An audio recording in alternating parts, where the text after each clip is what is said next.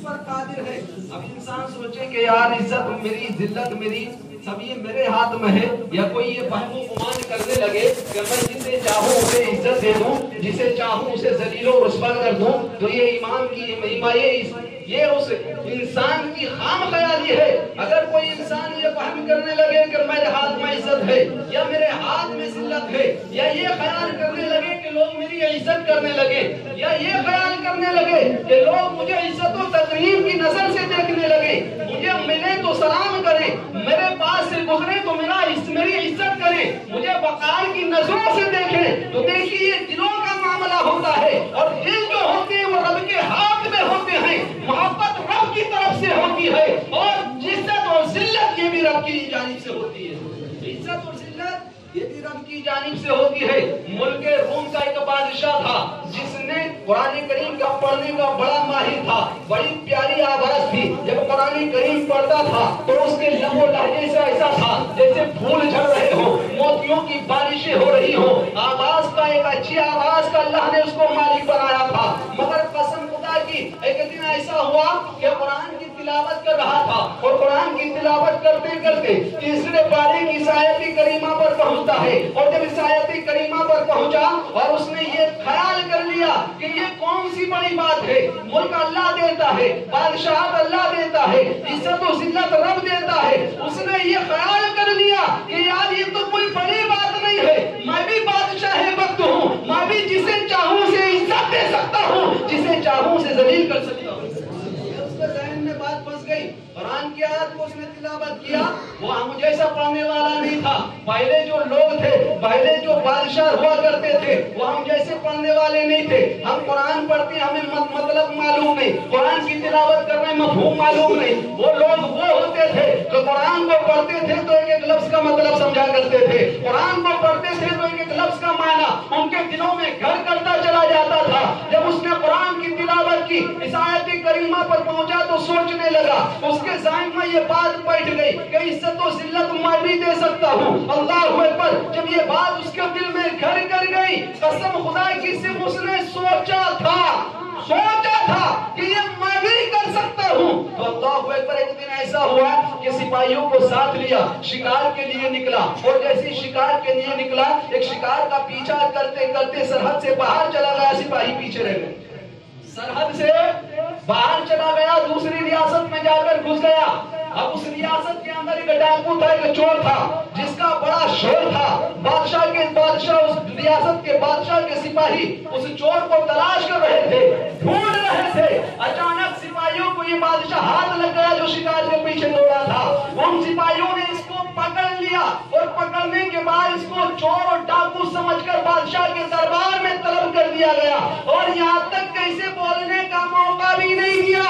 دونوں ہاتھ اور پاؤں کاٹ دیے گئے, اور بادشاہ نے حکم دے دیا کہ اس کو شہر کے چوراہے پر ڈال دیا جائے, اور جو اس طرف سے گزرے وہ اس کے اوپر تھوکتا ہوا جائے, اور جس نے نہیں تھوکا اس کا بھی یہی انجام کر دیا جائے گا. اللہ اکبر. سوچ لیا تھا کہ عزت میں بھی دے سکتا ہوں, ذلت میں بھی دے سکتا ہوں. کچھ لوگ یہی گمان کرتے ہیں, یہی فہم کرتے ہیں کہ ہم جسے چاہے عزت دے دیں, جسے چاہے ذلت دے دیں, کیونکہ ہم پردھان ہیں, ہم سیٹھ ہیں, ہم فلاں ہیں, ہم فلاں ہیں. میرے دوستو, یہ دلوں کا معاملہ ہوتا ہے, اور دلوں کا جو معاملہ ہوتا ہے وہ رب کے ہاتھ میں ہوتا ہے. اللہ اکبر. تو جب اس کو ہاتھ پار کٹوا کر چوراہے پر ڈال دیا گیا, اب جب ڈالا گیا تو جو شخص گزرتا تھا وہ اس کے اوپر تھوکتا تھا. اللہ اکبر. رب نے اسے دکھا دیا کہ ذلت کیا چیز ہوتی ہے اور کس کے ہاتھ میں ہوتی ہے. مگر یہ بڑی اچھی آواز کا ماہر تھا, قرآن کریم کی تلاوت کیا کرتا تھا.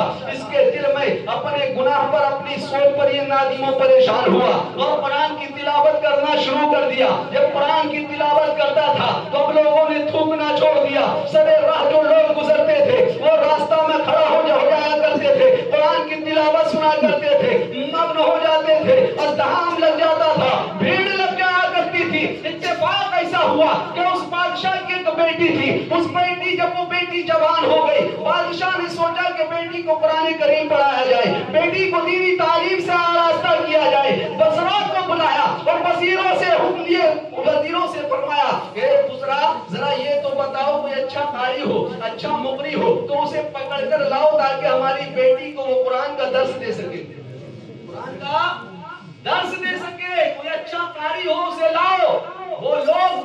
بادشاہ جو اپنے آج ہم حکومت کرتے ہیں، ہمارے پاس حکومت آ جائے، ہمارے پاس تھوڑی سی پاور آ جائے تو یہ مسلمان کا حال ہے کعبے سے باہر. یہ مسلمان کا حال کعبے سے باہر، نہ تو اسے شریعت کی کوئی پابندی، نہ تو اس کو شریعت کا کوئی پاس ہے، نہ سنت مصطفیٰ کا کوئی لحاظ ہے، نہ حکام خدا بندی کی کوئی پرواہ ہے. ان لوگوں کی بادشاہ زمانہ جانتا ہے کہ مدتوں تک ان لوگوں نے بادشاہت کی ہے اور ان کی بادشاہتوں پر کبھی زوال نہیں آیا. وہاں جانتے کیوں؟ اس لیے کہ وہ اپنا جو فیصلہ کرتے تھے قرآن و حدیث کی روشنی میں کرتے تھے. اپنے دربار میں علماء کا ایک جمع غفیر رکھتے تھے تاکہ کوئی معاملہ درپیش آتا تھا تو علماء سے مشورہ کیا کرتے تھے کہ شریعت کیا کہتی ہے، شریعت کیا کہتی ہے. اور آج ہمارے پاس تھوڑی سی پاور آ جائے تو ہم شریعت کا تو کہیں لحاظ ہی نہیں رکھتے، شریعت کا تو کوئی پاس ہی نہیں رکھتے. ہم سوچتے ہیں کہ ہم سے بڑا حاکم کون ہو سکتا ہے، ہم فوراً جو ہمارا دل کہتا ہے، جو طبیعت کہتی ہے، فیصلہ دے دیتے ہیں. یہ ہمارا حال ہے. وہ لوگ اپنے بچوں کو علم دین سے آراستہ کیا کرتے تھے. کیوں کہ علم دین وہ دین ہے کہ جس کے ذریعے زندگی سمجھ جایا کرتی ہے.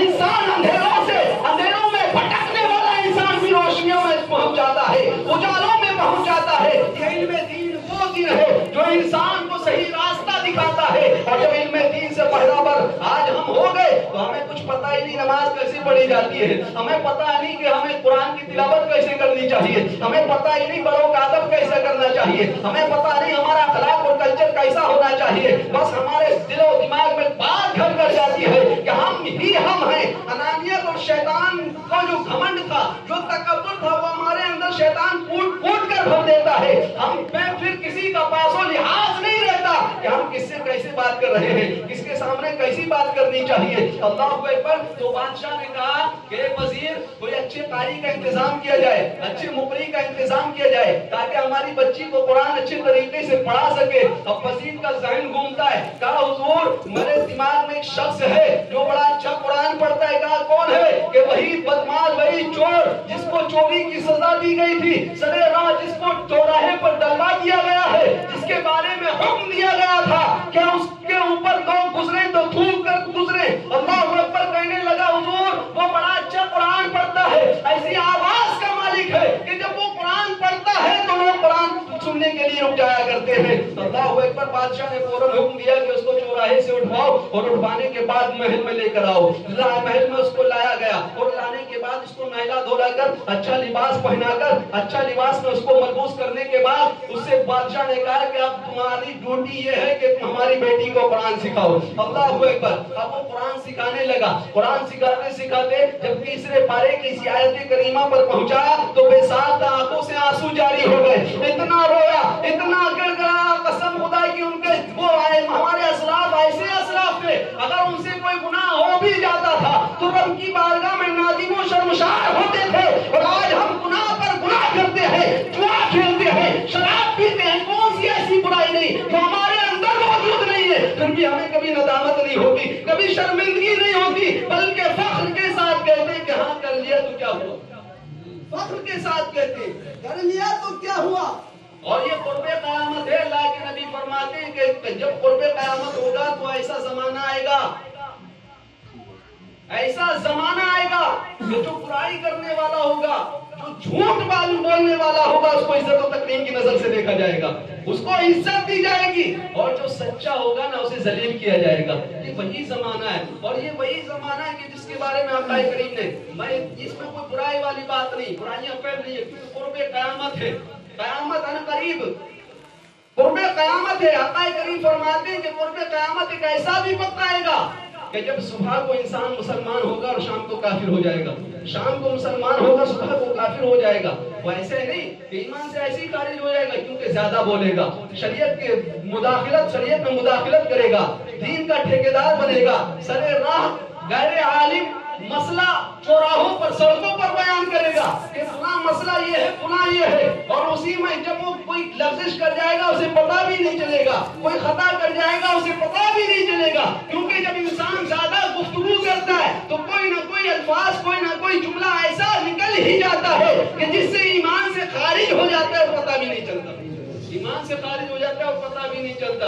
تو اسی طرح سے مسلمان ہے تو ایمان کی حالت میں ہے تو ایمان سے باہر ہو جائے گا. اور اگر انسان اسی لیے تو کہا گیا کہ انسان کو ہمیشہ توبہ کرتے رہنا چاہیے، استغفار کرتے رہنا چاہیے، رب سے معصیت اپنے گناہوں کی توبہ کرتے رہنا چاہیے، مگر ہمیں تو کبھی شرمندگی محسوس ہی نہیں ہوتی۔ تمہیں یہ عرض کرنا تھا کہ جب اس کو وہ اس آیت کریمہ پر پہنچا اور پہنچنے کے بعد جب اس نے قرآن کریم کی اس آیت کو تلاوت کرنا شروع کیا تو بے ساختہ اس کی آنکھوں سے اشک جاری ہو گئے، دار و قطار رونے لگا۔ اس بادشاہ ان کی لڑکی شہزادی نے پوچھا کہ حضور آپ رو کیوں رہے ہیں؟ رونے کا سبب کیا ہے؟ رونے کی وجہ کیا ہے؟ رونے کا ریزن کیا ہے؟ آپ اتنا کیوں رو رہے ہیں؟ تو اس نے کچھ نہیں بتایا۔ بادشاہ سلامت کو شدہ شدہ یہ آواز بادشاہ کے کانوں میں پہنچی، وہ بھی آ گیا، کہنے لگا وجہ بتاؤ کیوں رو رہے ہو؟ آخر اتنا رونے کی وجہ کیا ہے؟ تو کہنے لگا یہی وہ آیت کریمہ ہے، میں کوئی چور نہیں ہوں، میں کوئی ڈاکو نہیں ہوں، میں بھی اپنے ملک کا اپنی ریاست کا ایک بادشاہ ہوں، مگر یہ وہی آیت کریمہ ہے کہ جسے پڑھنے کے بعد میرے دل میں ایک وہم ہو گیا تھا،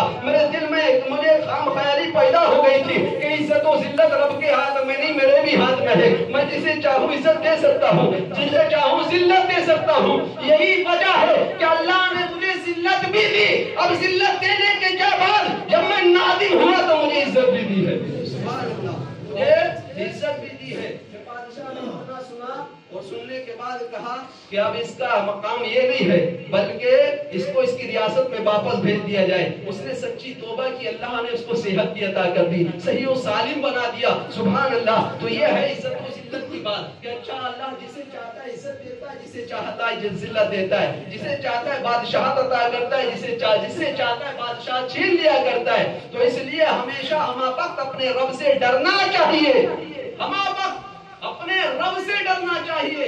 اور دیکھیے کچھ لوگ یہ خیال کرتے ہیں کہ یار ہمیں سلام نہیں کرتے، سلام کا مسئلہ بہت ہے کہ سلام نہیں کرتے، تو دیکھیے سلام سنت مصطفیٰ ہے، سلام سنت مصطفیٰ ہے، اور سلام کا معاملہ یہ ہے کہ ضروری نہیں کہ چھوٹا بڑے کو سلام کرے، ادب کے خلاف ہے، مگر ضروری نہیں کہ چھوٹا ہی بڑے کو سلام کرے یا بڑا ہی چھوٹے کو سلام کرے۔ سلام کا معاملہ یہ ہے کہ تم میں سے جو پہلے سلام کر لے، آقا کریم فرماتے جو پہلے سلام کر لے اللہ کریم اسے اتنی ہی زیادہ نیکی عطا فرماتا ہے، کیونکہ سلام کرنے والے کو زیادہ نیکیاں ملا کرتی ہیں۔ اور سلام کے ضمن میں بہت سارے مسائل ہیں، سلام ہر کسی کو نہیں کیا جاتا، سلام کے ضمن میں بھی بہت سارے مسائل ہیں، کبھی ان مسائلوں کو کھول کر دیکھو، ان کی تہ میں جا کر دیکھو۔